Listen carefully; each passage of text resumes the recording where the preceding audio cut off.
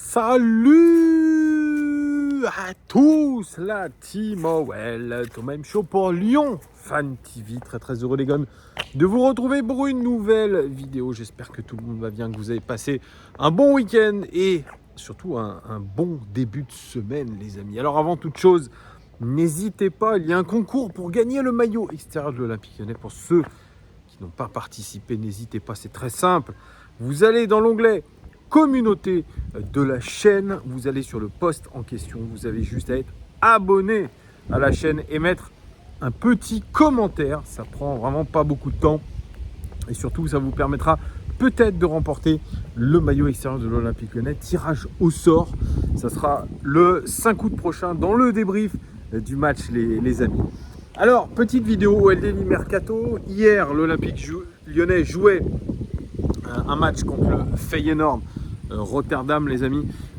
C'est un match qui s'est plutôt bien déroulé, heureusement pour nous, ça fait quand même plutôt plaisir puisque l'OL a gagné 2-0. On a débriefé avec Antoine hier, on était plutôt satisfait, même si on peut s'interroger sur la qualité de cette équipe du Feyenoord, mais en tout cas ce qu'on a vu hier nous a quand même un petit peu rassurés parce qu'il fallait absolument montrer un autre visage de l'Olympique Lyonnais après la défaite humiliante face à Willem II. Certes, pas avec les mêmes joueurs, mais quand même il fallait quand même se rassurer.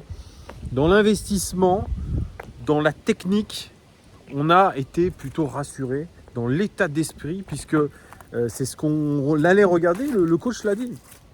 Peter Bosz, il a dit que à 100%, c'est ses mots, on verrait une autre équipe de l'Olympique Lyonnais contre le Feyenoord, ce qui a été le cas. Certes, pas tout le match, c'est vrai, mais une grande partie du match, on a vu une équipe de l'OL conquérante, qui avait de l'envie, et puis on a vu deux beaux buts quand même, dont notamment le missile d'Alexandre Lacazette, qui prouve que oui, nos joueurs sont capables de tirer de loin et de débloquer des situations, les amis. Donc, fin de, je dirais, de stage plutôt rassurant.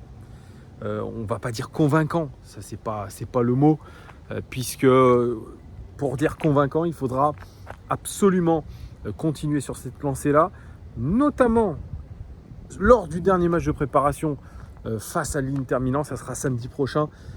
Là, ça va monter en gamme probablement, même si l'Inter a perdu contre Lens. Ça sera un match de gala, oui, mais ça sera un match, vraiment, il faudra élever le curseur et on sera à une semaine, même 6 jours du match de départ du championnat, du premier match de championnat contre l'AC Ajaccio. Donc la pression va monter tout au long de cette semaine et probablement que le staff va faire un point sur ce stage aux Pays-Bas. Qu'est-ce qui a marché? Qu'est-ce qui n'a pas marché?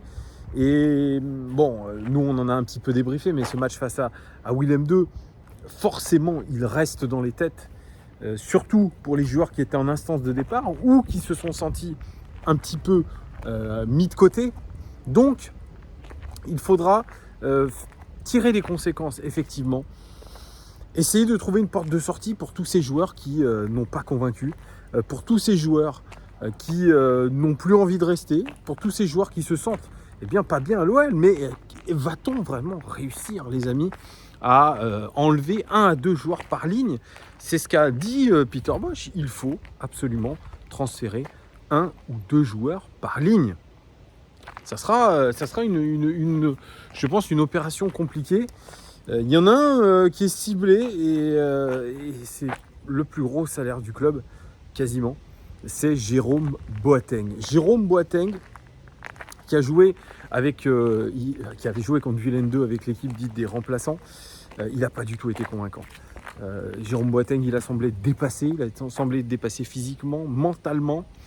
Tout a été un petit peu contre lui et pourtant il était capitaine de cette équipe-là. Mais on l'a vu comme la plupart de ses coéquipiers en perdition, Jérôme Boateng. Et c'est surtout le moins qu'on puisse dire. Une perdition pour un Jérôme Boateng qui est très loin de ses standards, de son côté expérimenté, de ses victoires, notamment en Ligue des Champions, en championnat d'Allemagne et puis en Coupe du Monde. On est loin vraiment du Jérôme Boateng prime. Et c'est bien dommage. Et on le voit traîner tout son spleen sur le terrain. On peut le comprendre aussi parce que, certes, il est mis à l'écart, il a besoin de confiance. On sentait qu'il...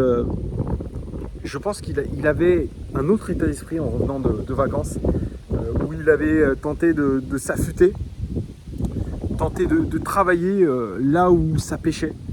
Et pourtant, on n'a pas l'impression qu'il y a grand-chose qui a changé. Pourquoi je vous parle de Jérôme Boateng? Parce que il a donné une interview dans un journal allemand, Kicker, il me semble, où effectivement, il ouvre la porte à un départ, Jérôme Boateng.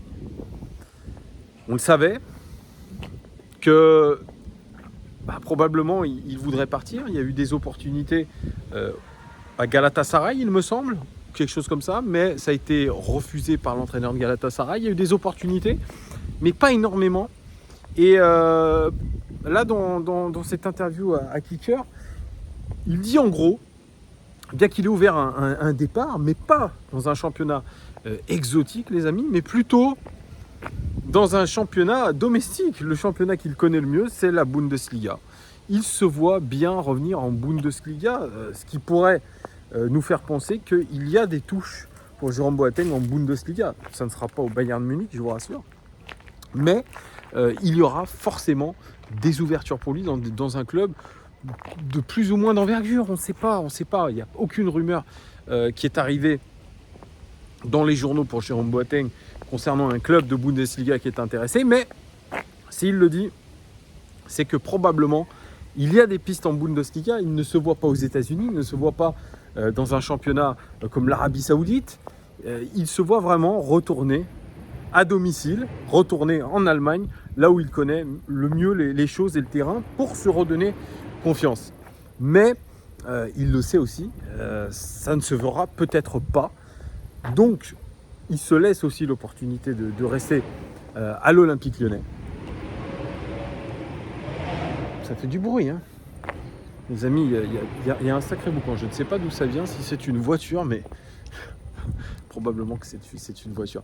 Donc, il se laisse aussi l'opportunité de rester à l'Olympique Lyonnais, avec lequel il est sous contrat, je crois, pendant encore 2 ans, il me semble.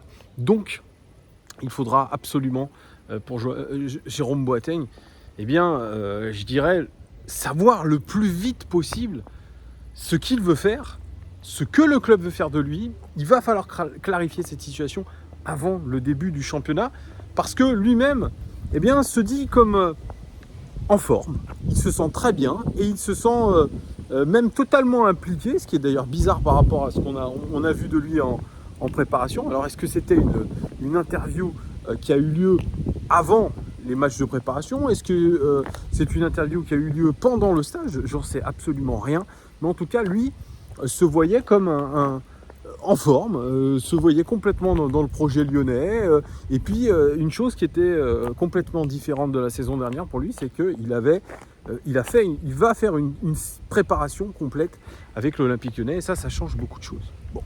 Donc, un discours de Jérôme Boateng qui est, pour une fois, un peu plus clair que d'habitude. Clairement, la porte d'un départ est ouverte, mais est-ce que cela se matérialisera? On suppose que l'Olympique Lyonnais ne dira pas non. Je ne sais pas combien ils comptent le vendre, mais ça ne sera pas une grosse somme. Ils voudront s'en débarrasser, surtout pour économiser un salaire.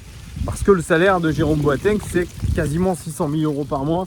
Et ça serait un gros caillou dans la chaussure qu'on enlèverait. C'est quand même dommage, Jérôme Boateng, qu'il traîne cet état dépressif chez nous. Parce que moi, je suis quand même consterné qu'un joueur de sa trempe, avec autant d'expérience, avec autant de trophées, n'ait pas pu s'acclimater à l'OL, n'ait pas pu retrouver, son dynamisme physique. Je ne sais pas ce qui s'est passé réellement, on le saura qu'après, ce qui s'est passé avec Jérôme Boateng, mais c'est un immense flop, comme l'a été Xherdan Shaqiri, comme l'a été à une moindre mesure Emerson. Mais quand on pense que ce garçon-là avait une expérience pareille, arrivait finalement aussi comme un petit peu une rockstar, un petit peu à la Memphis Depay, bien franchement, ça fait mal pour lui, ça fait mal pour nous, parce que je pense qu'avoir un Jérôme Boateng au top niveau, bah, ça nous aurait enlevé quand même pas mal de problèmes. Une charnière Boateng-Lukeba aurait eu de la gueule, aurait eu vraiment de la gueule, parce qu'on avait un joueur là qui était capable d'épauler Lukeba, de le former finalement, de faire du tuilage. Et moi je resterais quand même éternellement, si Jérôme Boateng s'en allait de l'Olympique Lyonnais, je resterais éternellement sur le regret de ne pas l'avoir vu performer sous le maillot de l'Olympique Lyonnais. Mais de temps en temps, les mariages ne se font pas, ou les relations ne fonctionnent pas. Et il faut savoir l'accepter. Voilà, dites-moi en commentaire ce que vous pensez de Jérôme Boateng, du fait qu'il ait ouvert la porte au départ. Est-ce que vous êtes pour, est-ce que vous êtes contre, est-ce que vous le vendez? Qu'est-ce que vous faites de Jérôme Boateng? Voilà, merci en tout cas de votre fidélité les amis. Et je vous dis à très très vite. Gros bisous. Ciao.